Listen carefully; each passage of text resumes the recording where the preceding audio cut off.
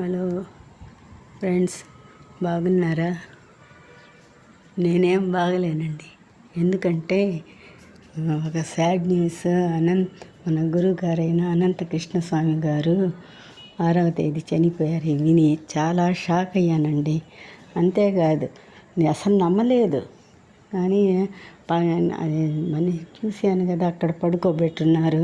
పక్కనే నాగరాజు గారు చాలా బాధపడుతున్నారు కదా.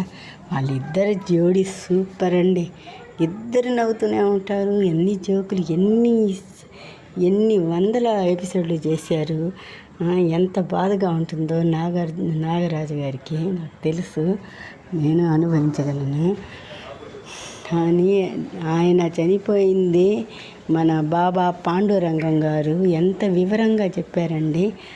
గీతలు వేస్తూ ఆయన చనిపోయిన తేదీ నుంచి, పుట్టిన తేదీ నుంచి చనిపోయే వరకు ఎందుకు జరిగింది, ఎలా జరిగింది, ఆయన ఏదో బీపీ షుగర్ ఏమైనా ఉందేమో, కొంచెం లావ్ అయిపోయారు అని. అదే కాకుండా ఆయన ఇద్దరు అసలు కలుసుకొని కూడా లేదంట ఎప్పుడు.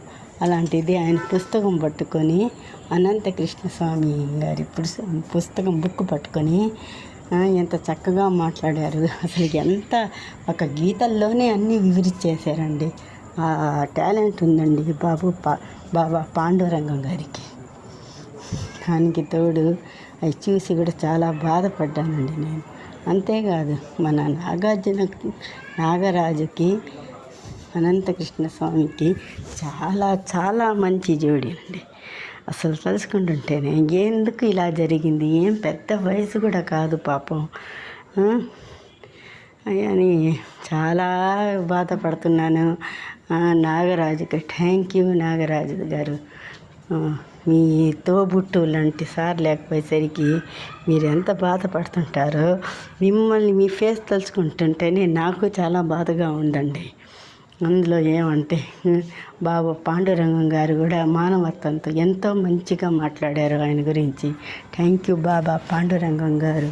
థ్యాంక్ యూ నాగరాజు గారు.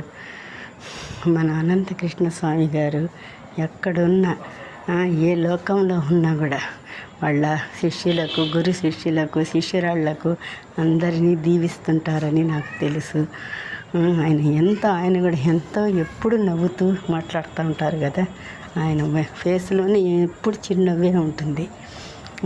ఆయన స్వర్గంలో ఉంటారు నాకు తెలిసి. ఎందుకంటే ఎంతోమంది ఎన్నో రకాలుగా జీవితాలను బాగా చేశారు. ఎంతో పేద కుటుంబాలకు ఎంతో మంచి భవిష్యత్తు ఇచ్చారండి అనంత కృష్ణస్వామి సార్ గారు. దాంతోడు మన నాగరాజు గారు, హ్యాట్స్ ఆఫ్ నాగరాజు గారు. అది చెప్పాలనిపించిందండి, మీతో బాధ పంచుకోవాలనిపించింది. ఏమైనా తప్పులు చెప్పుంటే క్షమించండి. ఓకే, ఉంటానండి.